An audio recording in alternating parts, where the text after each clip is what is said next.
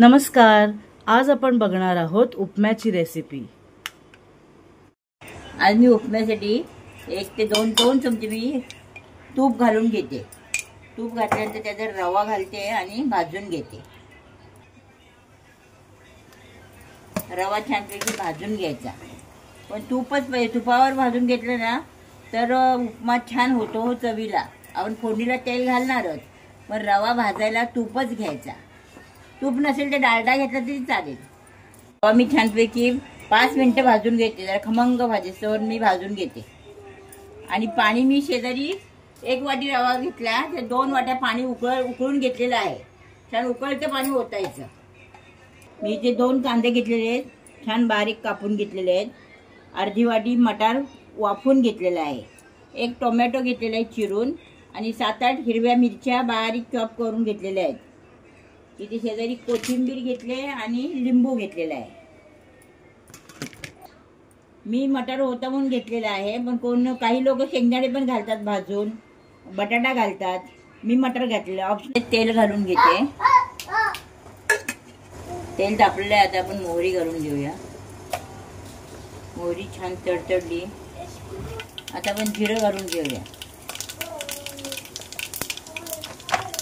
जिरं छान तडतडलेलं आहे, तर मी कांदा घालून घेते। कांदा मिरची हे जरा फ्राय करूया छानपैकी। कांदा मिरची छान फ्राय झालेली आहे बघा, कच्चेपणा जरा निघून गेला। आता मटार आणि टोमॅटो टाकून घेते मी। तोही छान फ्राय करून घ्यायचा। मी आता ह्या कांद्यामध्ये मीठ घालून घेते।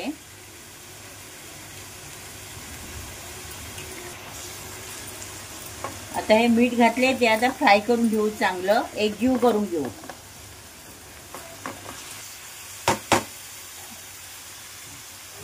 आता मी रवा भाजलेला आहे तो घालून घेते।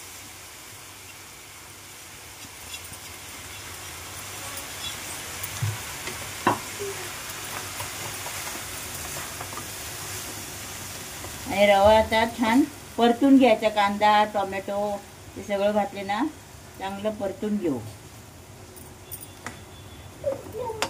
आणि त्यात आता उकळतं पाणी घालू आपण।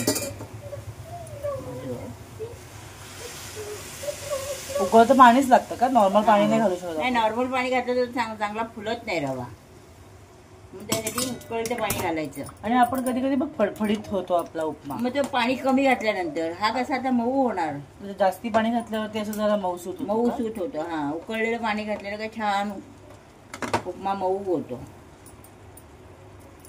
आता मी याच्यावर झाकण ठेवून घेते। आता आपला उपमा तयार आहे। हा बघ, किती छान उपमा झालेला आहे।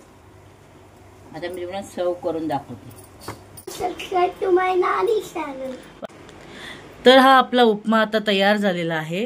लाईक करा, शेअर करा आणि कमेंट करा।